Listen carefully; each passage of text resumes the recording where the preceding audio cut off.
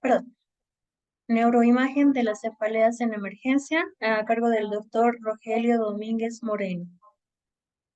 El doctor es especialista en medicina interna, graduado con mención honorífica y terminando la especialidad en neurología.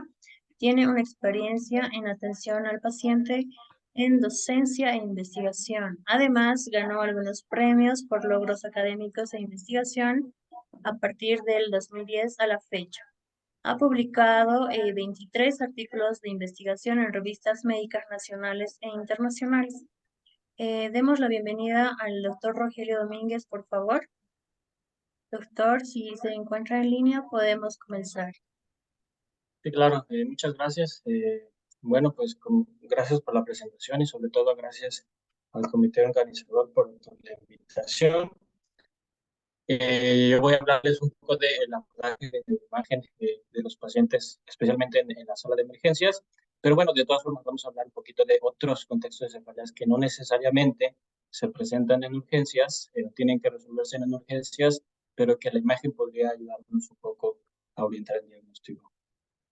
Entonces, en el programa vamos a ver generalidades de las cefaleas en emergencias, pero solo en relación a lo que voy a hablar. El doctor Vargas ya explicó muy bien sobre el resto de los puntos a tomar en cuenta en emergencias. Lo segundo es que vamos a ver las modalidades de imagen que tenemos en emergencias, lo que se pueden usar, los cuadros clínicos y los hallazgos característicos por imagen, y lo digo así porque como todos decimos en neurología, lo que hace el diagnóstico es una adecuada anamnesis, una historia clínica y una exploración neurológica adecuadas que nos den diagnóstico, ¿no? Los estudios agregados de imagen en el laboratorio, pues la mayoría de las veces son solo para confirmar nuestra sospecha clínica. Entonces, esto aplica también para la imagen, porque cuando vamos a solicitar la imagen, debemos de solicitarla siempre basados en una sospecha clínica fundamentada, si no, no sabemos qué vamos a buscar. Y aunque pidamos la mejor imagen clínica, tal vez no es la adecuada para documentar o confirmar ese diagnóstico, ¿no? Entonces, pues nuestra clínica y nuestra historia clínica van a seguir siendo muy importantes y bueno, finalmente nos vamos a las conclusiones. Entonces, solo para remarcar algunos puntos importantes que se relacionan a este subtema, pues ya saben ustedes que la cefalea es una causa muy frecuente en urgencias, varía de acuerdo a la epidemiología propia de cada hospital y de cada país. Afortunadamente, y afortunadamente digo, la mayoría son primarias, es decir, que no son de causas secundarias. Y lo que nos importa de las causas secundarias, como bien se remarcaba, pues es que estas potencialmente comprometen la vida a corto plazo o la funcionalidad o discapacidad a corto y a largo plazo, ¿no? Entonces, migraña pudiera ser en algunos textos de las más frecuentes en urgencias. Sin embargo, pues obviamente que las cefaleas primarias, por lo general, no requieren estudios de imagen, ¿no? Entonces, y si se requiere algún estudio de imagen es porque nos queda la duda sobre el diagnóstico de esa cefalea primaria. Eh, Sin embargo, lo importante es que un 2%, que va entre 2 al 7%, de acuerdo a diferentes literaturas, de las cefaleas que se presentan en urgencias van a ser etiologías secundarias y estas etiologías, pues sí, van a ser importante que las abordemos y usualmente se requiere algo más, especialmente estudios de imagen o laboratorio, ¿no? Entonces, en este estudio de los ingresos por diagnósticos de cefaleas en Estados Unidos, en todo el país, pues pueden ver ustedes cómo las causas secundarias son muy bajas, hablando en porcentaje, ¿no? O sea, la mayoría son diagnósticos de cefaleas primarias o, por decirlo así, benignos. Entonces, 2%, 4% es lo que suele ser. Eh, en general, vamos a revisar un poquito cómo es, a grosso modo, el protocolo de cefaleas en urgencias. Bueno, ustedes que llega un paciente por cefalea en urgencias y yo siempre le comento a otros compañeros médicos generales, residentes de neurología, que si un paciente va a urgencias por cefaleas es porque seguramente es una cosa importante, ¿no? Entonces no hay que demeritar esa situación, porque debemos hacer algo, puede ser que sea primaria, pero puede que no, entonces debemos de darle valor a ese aspecto, ¿no? Entonces, paciente que llega por cefalea urgencias, vemos si tiene banderas rojas, como decía el doctor Vargas, bien. Si no tiene banderas rojas, si cumple con criterios diagnósticos de una cefalea primaria, de acuerdo a la clasificación internacional, y además si tiene banderas verdes que recientemente se han descrito, aunque no están validadas, como algo que seguramente se asocia a que es una cefalea primaria, como que lleva muchos años, el patrón ha cambiado, tiene familiares que tienen migraña y es la cefalea muy parecida. Todos esos, entonces, pues bueno, el paciente se puede tratar en urgencias en forma aguda y luego referir al especialista en cefaleas si acaso se necesita, ¿no? Eh, Sin embargo, si el paciente tiene banderas rojas, perdón, rojas, va a requerir más evaluación diagnóstica. Y estos evaluación diagnóstica, pues lo vamos a identificar con base a la técnica de SNOP-10 10 para reconocer las banderas rojas. Pero estas evaluaciones diagnósticas básicamente pueden significar neuroimagen, estudios de laboratorio, incluyendo la función lumbar. Problemas de los estudios de imagen y de abusar de los estudios de abordaje, pues es que nos consumen tiempo y dinero, entonces debemos de seleccionar un poquito mejor a los pacientes que vamos a mandar imagen desde urgencias, ¿no? En general, en urgencias se pueden hacer estudios de imagen, todos estos, especialmente tomografía y resonancia, básicamente. Estudios de laboratorio, algunos y muy seleccionados, pero en general podrían no necesitarse a menos que tengamos una sospecha muy específica. Y de ahí de procedimientos, pues la punción lumbar para descartar una infección o trastornos de la presión intracraniana, ¿no? Enfocándonos a los estudios de neuroimagen, vean ustedes que tenemos tomografía y resonancia magnética. En un punto muy, digamos, general o simplista, podemos decir que la tomografía computada va a ser el principal estudio de imagen que se va a hacer en urgencias y especialmente va a ser para pacientes que se presenten con cefalea en trueno o thunderclap, esta cefalea que alcanza su máxima intensidad en menos de un minuto, que se mantiene más de 5 minutos bueno, esa es usualmente la separación de casos, muy intensa y muy rápida la instalación o traumatismo craneoencefálico. Y eso es porque la tomografía ve muy bien sangre aguda y fracturas, lo que no hace la resonancia magnética. Para todos los demás contextos podría usarse la resonancia magnética, pero vamos a ver las particularidades, ¿vale? Entonces, yéndonos a esto, pues vamos a decir que tenemos que tener en cuenta los cuadros clínicos. Y de ahí de los cuadros clínicos vamos a identificar cuál es el estudio de imagen y de ahí cuáles son los hallazgos característicos que nos pueden ayudar a confirmar o respaldar estos diagnósticos, ¿no? Entonces, es muy importante que algo que a mí me gusta, pues, de lo que se tiene de este tema en esto, es que existen unas guías del Colegio Americano de Radiología, los radiólogos en general, no necesariamente los neuroradiólogos, que ellos clasifican con base en expertos clínicos, radiólogos, radiólogos, la evidencia que existe, la utilidad que existe de los diferentes estudios de imagen y al final pues recomiendan para el tipo de cuadro clínico cuál es el estudio de imagen que más podría ayudar, pero además también clasifican el riesgo de, por ejemplo, radiación, especialmente para pacientes jóvenes, ¿no? Entonces, es como vamos a desarrollar el tema. Vamos a desarrollar el tema de acuerdo al cuadro clínico o las variantes que se clasifican dentro de las cefaleas en urgencias y en general en todas las cefaleas, no solo en urgencias, sino también para la consulta externa, cuál es el estudio de imagen recomendado y el riesgo de radiación, ¿no? Entonces, la variante 1, que es la más importante desde el punto de vista de urgencias, emergencias, es la cefalea en trueno. La cefalea en trueno puede ser en algunas literaturas la más frecuente, primera, segunda causa. En otras veces no es tan frecuente, eso depende de la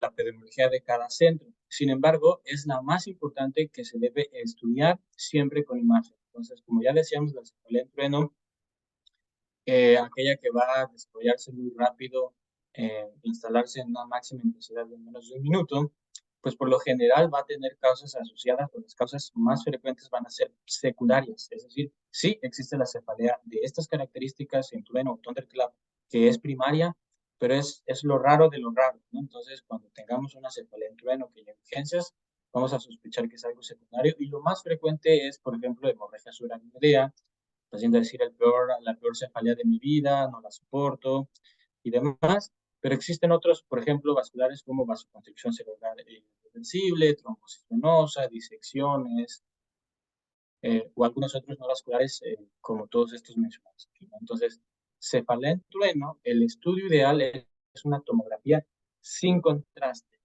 y es sin contraste porque lo que estamos buscando principalmente es hemorragia, sangre, y la sangre se ve muy bien y es su propio medio de contraste en los primeros días, ¿no? Después de los días se va degradando y ya se ve menos, pero al principio una tomografía simple para cefaleatón es el mejor estudio. Y vean ustedes todos los demás, de por ejemplo una resonancia y demás, sí podemos ver sangre, pero son secuencias especiales, consumiría más tiempo, es más caro y usualmente no está disponible en muchos centros, ¿no? Entonces, en el hemorragia pues hay algunas cosas que debemos de tener en cuenta, como lo clásico es que veamos sangre en las cisternas basales como esto, y se ve pues hiperdenso, ¿no? Blanco, la sangre, ok, está bien, lo típico. Y luego también podemos ver hemorragia, pues en las cisuras, en la corteza, y bueno, pues eso concuerda con la idea, ¿no? Sin embargo, tener en cuenta que, por ejemplo, cuando tenemos sangrado perimesencefálico, pues estas son características especiales porque estas pueden ser idiopáticas o pueden estar asociadas a una trombosis venosa central, ¿no? Entonces, tener cuidado con esta localización específica y también sabemos que todas las hemorragias, pues, si no es traumática, por protocolo necesitamos hacer un estudio angiográfico para detectar un aneurisma, pero especialmente cuando tenemos hematomas, este es grosero, muy notorio, a veces no son tan evidentes, pero cuando se nota un hematoma bien definido, localizado hacia un lado de la cisterna, derecho o izquierdo, pues eso usualmente indica que ahí es el sitio de ruptura del aneurisma, ¿no? Al final, 80% son aneurismáticas, entonces eso es lo que tener en cuenta en los estudios de imagen, ¿no? Vean ustedes que, pues esto es cuando la sangre es muy evidente, pero a veces podemos tener un sangrado supranucleo y la sangre no es evidente, ¿no? En general, antes decíamos, pues, que si no se veía en la tomografía, la sangre hemorragia supranuclear podía ser diagnosticada con una punción lumbar y detectar en la punción lumbar los queromocitos, ¿no? Sin embargo, a veces no es posible hacer la punción lumbar o no se quiere ser invasivo y es ahí, por ejemplo, cuando la resonancia en las secuencias tipo T2, como T2 pura, el flero o el eco de gradiente puede identificar los sangrados. En el T2 aquí no se ve muy bien en realidad, pero cuando vemos el flare pueden ver ustedes cómo se ve aquí en las cisuras estas líneas hiperintensas que indican pues hemorragia aguda y en el eco de gradiente pues ya se ve como hipointensa que también nos indica pues hemorragia o en algunos casos cuando no es el contexto clínico adecuado puede ser hemosiderosis pues consecuencia de que hubo un sangrado viejo ahí, ¿no? Vasoconstricción cerebral reversible, pues ustedes sabrán también que la característica clínica más frecuente es que sea una cefalea thunderclap y por imagen lo más frecuente que se documenta en el 60-40% va a ser una hemorragia cerebral, pero va a ser de la convexidad. No hay sangre en las cisternas basales, sino es en la convexidad, que es la corteza más orientada, que pueden verla aquí ustedes mínimamente en la tomografía, que es claro, pero también pueden verlo pues en la resonancia magnética en secuencia FLAIR. Y luego vamos a ver las estenosis secundarias que podrían ser. Muy importante en este contexto clínico es que si ustedes sospechan este cuadro clínico y se hace la imagen de angiográfica, ya sea angio, reso o angiotag o angiografía por sustracción digital y no se ve nada, eso no quita el diagnóstico. Lo que pasa es que a veces los cambios son fluctuantes y a veces se pueden establecer entre la tercera, cuarta semana, varía, ¿no? Pero rara vez está pues desde el principio que puedes notar estos cambios angiográficos, entonces eso no quita el diagnóstico, hay que repetir el estudio angiográfico si la sospecha es alta. Y sobre todo el tratamiento se puede dar si la sospecha en el contexto clínico también es alto. Vean ustedes que también la vasoconstricción reversible puede manifestarse pues, como hay efectos vasculares de constricción, como infartos cerebrales, y estos se van a dar principalmente desde pequeño vaso, profundos, pero también se van a dar en estas regiones limítrofes, ¿no? Porque se tapa en algunos vasos y entonces dan infartos de estos infartos de territorio, como cuando suceden entre todos los territorios arteriales, como cuando hay infartos cerebrales, o sea, paro cardíaco asociado eh, a estenosis carotidia, entonces hay infartos limítrofes, algo como eso puede suceder en este síndrome también. Variante 2 es migraña y cefalea tensional. Esta es la más común que se va a presentar en urgencias, pero pueden ver ustedes que no hay estudio de imagen recomendado, simplemente porque la migraña y la cefalea tensional no requiere nunca, por decirlo así, en el estudio de imagen. Eh, la guía más reciente que tenemos es esta recomendación de la Sociedad Americana de Cefaleas que en resumen dice pues que a menos que haya algo muy específico, básicamente banderas rojas o alguna característica clínica que ponga al paciente como de bandera roja, entonces realizaría esa imagen, pero si es un paciente típico, joven, sin alteraciones y sin otras características de riesgo, no se requiere estudio de imagen, ¿no? Y esto es muy importante explicar solo al paciente porque el paciente con migraña suele pensar que en la imagen se va a ver una causa, no necesariamente, ¿no? Más adelante platicaremos, pero luego hay otros hallazgos incidentales que no solo no ayudan, sino complican la situación. Variante 3, cefaleas autonómicas, cefalea clúster, SOM, SUNA, cránea paroxística y cránea continua. Pues todas estas, el mejor estudio de imagen es una resonancia magnética que sea con estudio de contraste, sobre todo si se pueden hacer reconstrucciones vasculares, porque a veces pueden estar asociadas a disecciones. Entonces aquí la tomografía la verdad es que no tiene básicamente ningún lugar y además es digamos, a alto riesgo de radiación, especialmente en pacientes jóvenes. Entonces vamos a gastar de todas formas en una resonancia.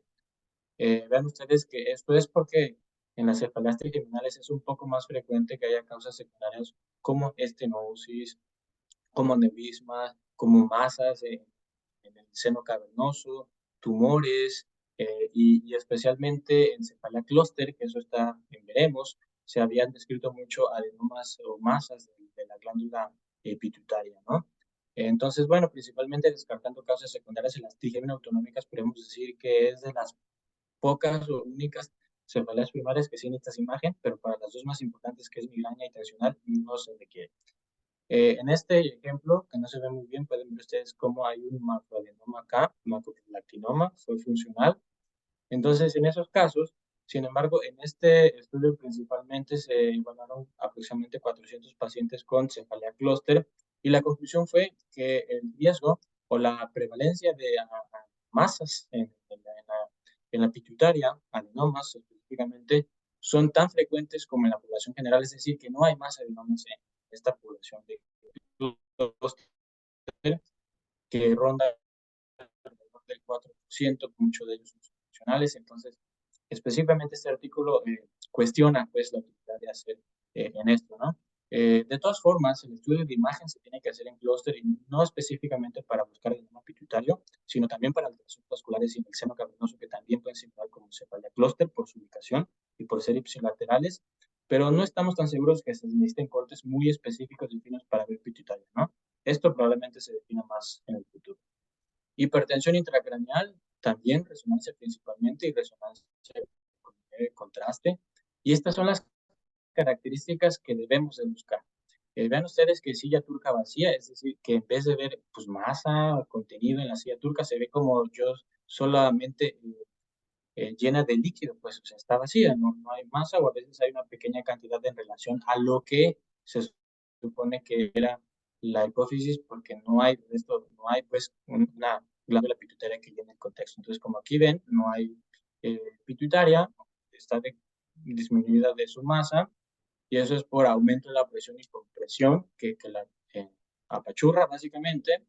Eh, Otro es el edema de la cabeza del nervio óptico. Entonces, ven ustedes cómo está aquí el ojo y en la parte posterior del nervio óptico hay otros signos que ahorita platicamos, pero vean ustedes que esto debe ser completamente plano en el polo posterior y esta elevación es la cabeza del nervio óptico y está elevada porque está tan alta la presión adentro que lo está empujando hacia dentro del globo ocular y esto es un signo de hipertensión intracraneal, la causa que sea hacia atrás, ¿no? Eso podría traducirse también en la fundoscopía como un edema, como un papiledema, pues. Eh, Otro signo que podemos ver en hipertensión intracraneal es que el nervio óptico normalmente es recto, sin tortuosidades, y ven ustedes aquí cómo se ve, pues, tortuoso y demás, de hecho, de forma bilateral, ¿no?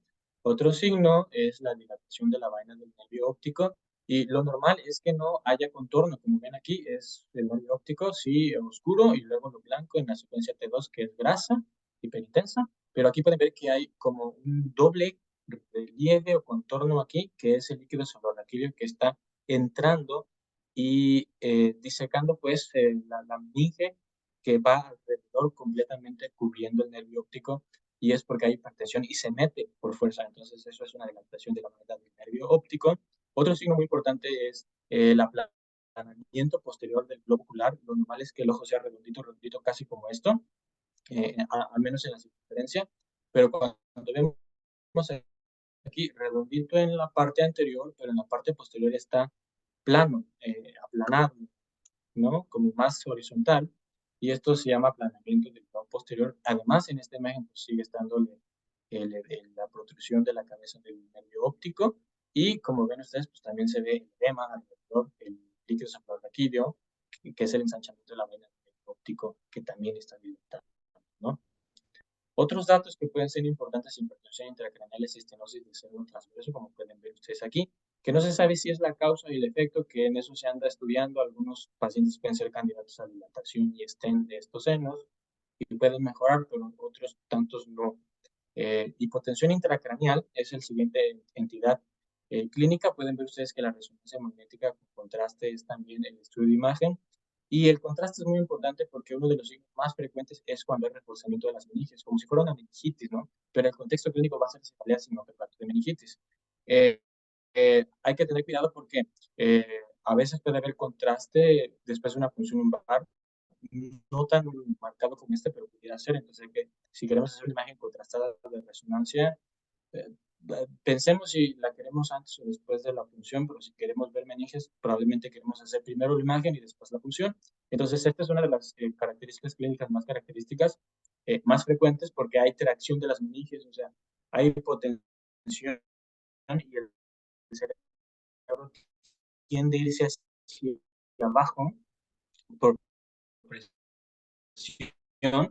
y por posición pues, se inflama también un poco, y eso hace que haya esto, ¿no? Asociado a eso, lo mismo pasa con los vasos venosos, puentes de la corteza, especialmente en adultos mayores, en donde al haber deshidratación o contracción del volumen intracraneal, el cráneo o el cerebro tiende a irse hacia abajo y a traccionar lo que es los vasos de la corteza, y típicamente se crean estos hematomas subdurales bilaterales, típicamente.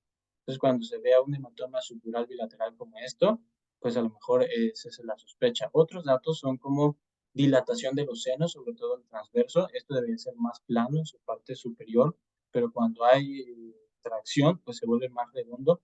Y eso sucede en todos los demás senos. El seno longitudinal superior se ven como más ensanchados, como más dilatados, como más gordos, pues. También puede haber, al contrario de la hipertensión, una distensión pituitaria, ensanchamiento pituitario, y otras características, por ejemplo, como la distancia mamilopontina, que es de los cuerpos mamilares al puente, que es menor a 6, 7 milímetros, varía punto de corte, pero menor a 6 en general, es, digamos, disminuido y se asocia a hipotensión intracraneal por retracción, y también el descenso de las amígdalas cerebelosas, ¿no? El cerebelo se cae hacia abajo y también nos habla de hipotensión. Cefalea en el embarazo, muy característico, siempre es bandera roja. El mejor estudio es la resonancia, se puede usar tomografía, pero la verdad, en general no se recomienda porque la tomografía puede perder muchas cosas en el embarazo. Y tomen en cuenta ustedes que en el embarazo de causas secundarias van a ser trastornos hipertensivos, o sea, preeclampsia, eclampsia, ¿no? La principal causa de cefalea y de trastornos neurológicos. El problema es que de estos, el PRES, el síndrome de posterior, encefalopatía posterior reversible, suele manifestarse y verse mejor en resonancia. Muchas veces hacemos una tomografía y a menos que sea mucho el edema, muy típico o asociado con sangrados, a veces no se ve, muchas veces no se ve nada y solo se ve en la resonancia. Entonces, por eso recomiendo, la mayoría de las veces usamos más resonancia, y además porque no tiene radiación. La radiación no es tanto problema después del tercer trimestre, pero si es al principio, aunque tampoco esperamos tener estas alteraciones en el primer trimestre, ¿no? Después de la segunda semana, pero en general la resonancia por muchas cosas es mejor, ¿no? Que la tomografía en este contexto. También pueden ver ustedes que además de estas alteraciones de edema vasogénico en los occipitales, que son muy sensibles porque tienen un mecanismo de respuesta y adaptación a los cambios vasculares muy limitado en la región posterior, y es por eso que se crean estas lesiones aquí. Eh, También se asocia con los síntomas visuales, pueden haber hemorragias intraparenquimatosas o infartos de pequeños vasos por microangiopatía. Otra característica frecuente pudiera ser, o causa de cefalea en el embarazo es una trombosis venosa por todos los cambios vasculares que existen en la mujer.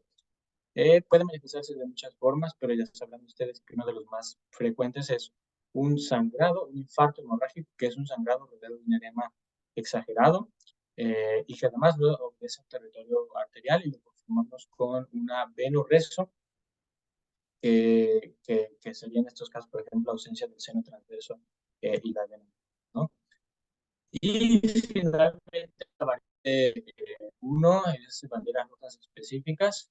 No todas las banderas rojas, pero en general cuando dicen banderas rojas, de todo lo que no se incluyó antes, pues lo mejor sería una resonancia magnética y en el peor de los casos, pues una tomografía, pero tendría que ser contraste, porque aquí lo que estamos buscando es pacientes con cáncer, miso o mayores de 50 años o fiebre, y estas son causas como infecciones, enfermedades autoinmunes o tumores, y en eso necesitamos tener un contraste, ¿no? Perdón, este es la final. La previa fue la 8. La 7.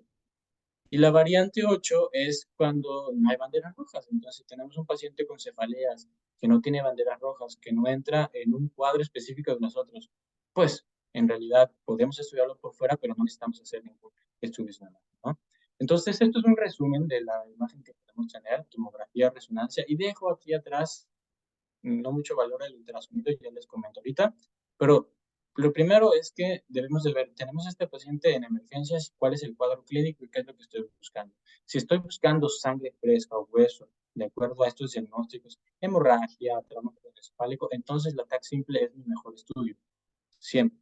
Si lo que yo estoy buscando es ver el estado del parénquima, meninges, tumores, infecciones, trastornos de presión, lo mejor va a ser la resonancia magnética contrastada para definir todo esto. Si lo que yo estoy buscando es arterias, venas, porque estoy buscando una disección arterial, una malformación, una trombosis venosa, entonces lo mejor es una angio o veno, dependiendo si es arterial o venoso el problema que estoy buscando, ¿no? En general, es decir, es mejor la TAC en estos contextos, pero si estoy buscando algo más específico, entonces ya veo la reso, pero independizamos de acuerdo a los cuadros clínicos. Eh, la verdad es que si no tenemos resonancia, pues la tomografía puede ver también para meninges, arterias y venas, con un buen técnico radiólogo que sepa poner el contraste y adquirir la imagen, puede ser casi equivalente a una resonancia magnética. Entonces, también es adaptarse un poco a nuestro centro. Y finalmente, el ultrasonido puede usarse como para ver un poco de hipertensión intracraneal, podemos ver cambios en la vaina del nervio óptico también, o, por ejemplo, para confirmar cefalea en adultos mayores, con fiebre y demás, BCG elevada, okay, arteritis de la temporal, pues nos confirma, pero fuera de esto es muy limitado, ¿no?, su uso. Puntos importantes, también podemos tener hallazgos incidentales, por ejemplo, hacer una resonancia a una mujer joven porque la pide, porque quiere que tiene algo más y luego encontramos estas pequeñas lesiones hiperintensas en la resonancia y ya decimos que tiene esclerosis múltiple o cualquiera otra, ¿no? Pero deben saber ustedes que pues, estas lesiones en el año, especialmente con ahora, son tan frecuentes y muchas veces hasta ahora no tienen un significado clínico, pero he visto pues que se hace el diagnóstico muchas veces y retrasa o equivoca o pone otro diagnóstico y otros tratamientos que no son necesarios. Entonces, con eso concluyo. Bueno, entonces tenemos un congreso en México, si tienen la oportunidad va a haber un taller de bloqueo de nervios pericraneales para cefaleas, todas estas. Por si tienen gusto, ahí voy a estar coordinando este taller. Entonces, perdón por eso, pero como conclusiones, tenemos que la imagen por lo general no se requiere en las células primarias. No importa que sea en urgencia, si está seguro que no hay nada nuevo en este paciente de la primaria, no requiere imagen. Sin embargo, sí hay un contexto clínico, banderas rojas o contextos clínicos particulares que ya repasamos, entonces pido la imagen. ¿Cuál? De acuerdo al contexto y a la sospecha clínica es el que va a pedir. Sin embargo, la tomografía con un buen radiólogo técnico, como dije antes, puede ser muy buena y tener resultados similares a la resonancia magnética. Muchas gracias. No sé si tengan preguntas o comentarios hasta ahora.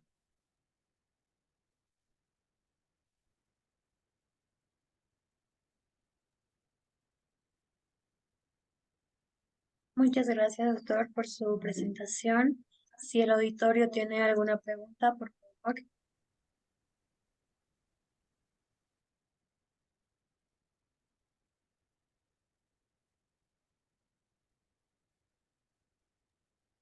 Bueno, no hay preguntas. Una preguntita. Doctor, ¿perdón?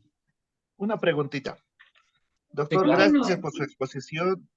eh, Muy práctica, muy concisa. Felicitarlo. Una pregunta, doctor. Mire, normalmente esto del contexto legal a veces está a veces sobre el médico, ¿no?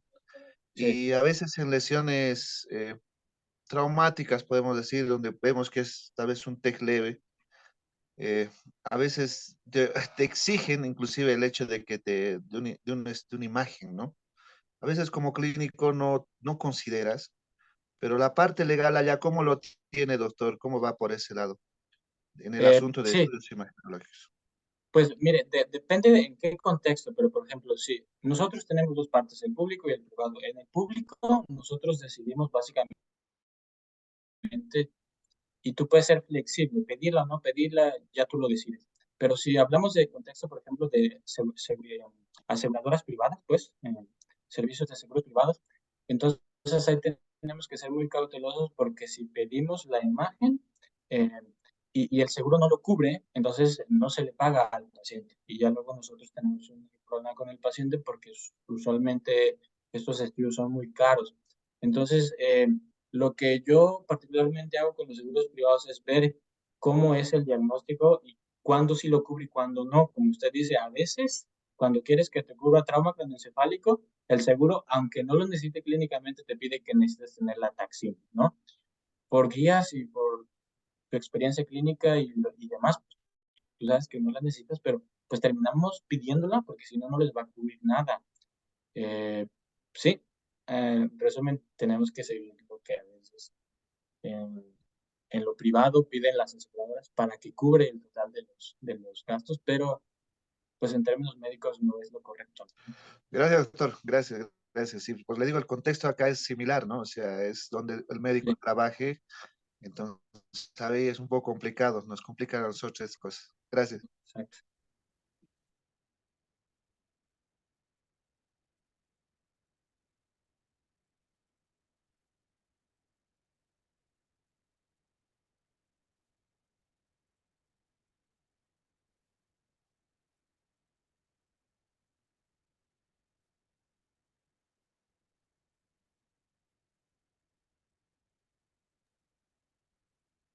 Doctor Rogelio, le decía muchas gracias, felicitarlo sobre todo por la charla que nos acaba de dar. Cefalea no es un tema solamente para el neurólogo, seguramente para más de una especialidad distinta, va a ser siempre vista, tratada, y por eso la importancia de conocer la cefalea. Le agradezco, doctor, a nombre de la, la parte organizativa de este simposio. Queremos hacerle el más sincero agradecimiento y felicitarlo por su participación en nuestro simposio, doctor. Muchas gracias por la invitación. Fue un placer. Muchas gracias, doctor. Hasta una siguiente oportunidad. Hasta luego.